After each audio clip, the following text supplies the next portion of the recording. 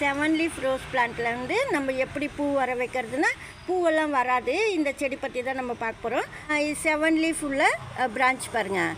அதாவது இந்த இடத்துல வந்து இப்போ நம்மளுக்கு மெயின் தண்டு வருது, இங்கே மெயின் தண்டு வருது, இங்கே நடுபாகத்துலேருந்து வந்தால் 7 லீஃப் வந்தால் எடுத்துடணும். அந்த செடி பார்த்தாவே உங்களுக்கு தெரியும் இந்த லீஃபுக்கும் இந்த லீஃபுக்கும் ரொம்ப வித்தியாசப்படும். பாருங்கள் 7 லீஃப் இருக்குது. ஆனால் இது நீங்கள் அப்படியே செடியிலேருந்து உடச்சி எடுத்துடணும், இல்லைன்னா வந்து வளர்ந்துக்கிட்டே போவோம். இந்த மெயின் செடி வந்து அப்படியே நின்றுடும், வளராது, பூவும் பூக்காது. அது நம்ம கண்டிப்பாக தெரிஞ்சுக்கணும்.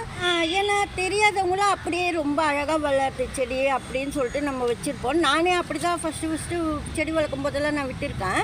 அதுக்கப்புறம் தான் நான் தெரிஞ்சுக்கிட்டேன். இது வந்து நம்ம உடச்சி எடுத்துட்டோம்னா இந்த செடி எப்படி வளரும், ஆனால் இது ரொம்ப ஃபாஸ்ட்டாக வளரும். 1 மந்த்லேயே தொட்டி ஃபுல்லாக ரொம்பிடும், நிறைய பூ இருக்காது, நல்ல செடி மட்டும் நல்லா வளரும். அது போல் இல்லாமல் நீங்கள் செடி எடுத்துடணும், அப்போ தான் மெயின் செடி வளரும். இதுக்கு வந்து நம்ம எடுத்துகிட்டு நீங்கள் எப்போவுமே போல் எரு கொடுக்கணும். ஆனால் இந்த மெயின் செடி வந்து எடுத்ததுக்கப்புறமா கொஞ்சம் கட்டிங்ஸ் எல்லாம் பண்ணிக்கலாம். அதாவது மேலெல்லாம் மேல் பக்கத்துலலாம் கிளை கட் பண்ணிடணும். ஏன்னா வளர்ச்சி ஃபுல்லாக இதில் தான் இருக்கும். இப்போ நீங்கள் வந்து நல்லா தோண்டிட்டு எருவெலாம் கொடுத்துட்டு இந்த கிளையை எடுத்துட்டிங்கன்னா அந்த மெயின் செடி வந்து வளர ஆரம்பிக்கும். இப்போது வளருது, இருந்தாலும் இது அப்படியே நான் விட்டால் இந்த செடி பக்கம் தான் சத்தெல்லாம் போயிடும்.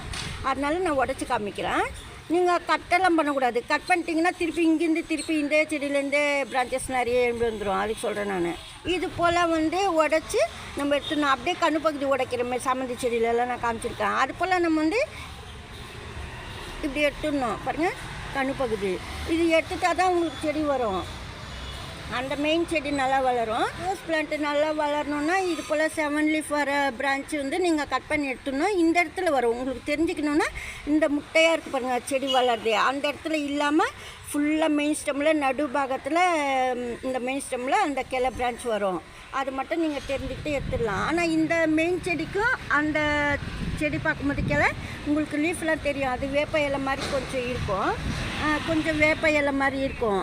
அது பார்த்தாவே உங்களுக்கு தெரியும் வேப்ப இலை போல் இருக்குதுன்னு சொல்லிட்டு. நீங்கள் கண்டிப்பாக இந்த இடத்துல வருதுன்னா இந்த இலை தான். இது எடுத்துட்டிங்கன்னா அந்த செடி நல்லா வளரும். ஏன்னா அது போல் பார்த்துட்டிங்கன்னா எடுத்துருங்க. சப்போஸ் உங்களுக்கு தெரியலன்னா தெரிஞ்சவங்களுக்கு வச்சு நீங்கள் பார்க்கணும். ஏன்னா ஃபுல்லாக நீங்கள் வளர விட்டால் அது வளர்ந்துக்கிட்டே இருக்கும், இந்த செடி வளராது, பூவும் பூக்காது. இது போல் எடுத்துகிட்டு நீங்கள் வேப்ப முன்னாக்கு மட்டும் கொடுத்துடணும். நல்லா தளிர் வச்சு முட்டுக்கள் வரும். இந்த வீடியோ அவ்வளோதான். பிடிச்சிருந்தா லைக் பண்ணுங்கள். நன்றி, தேங்க்யூ.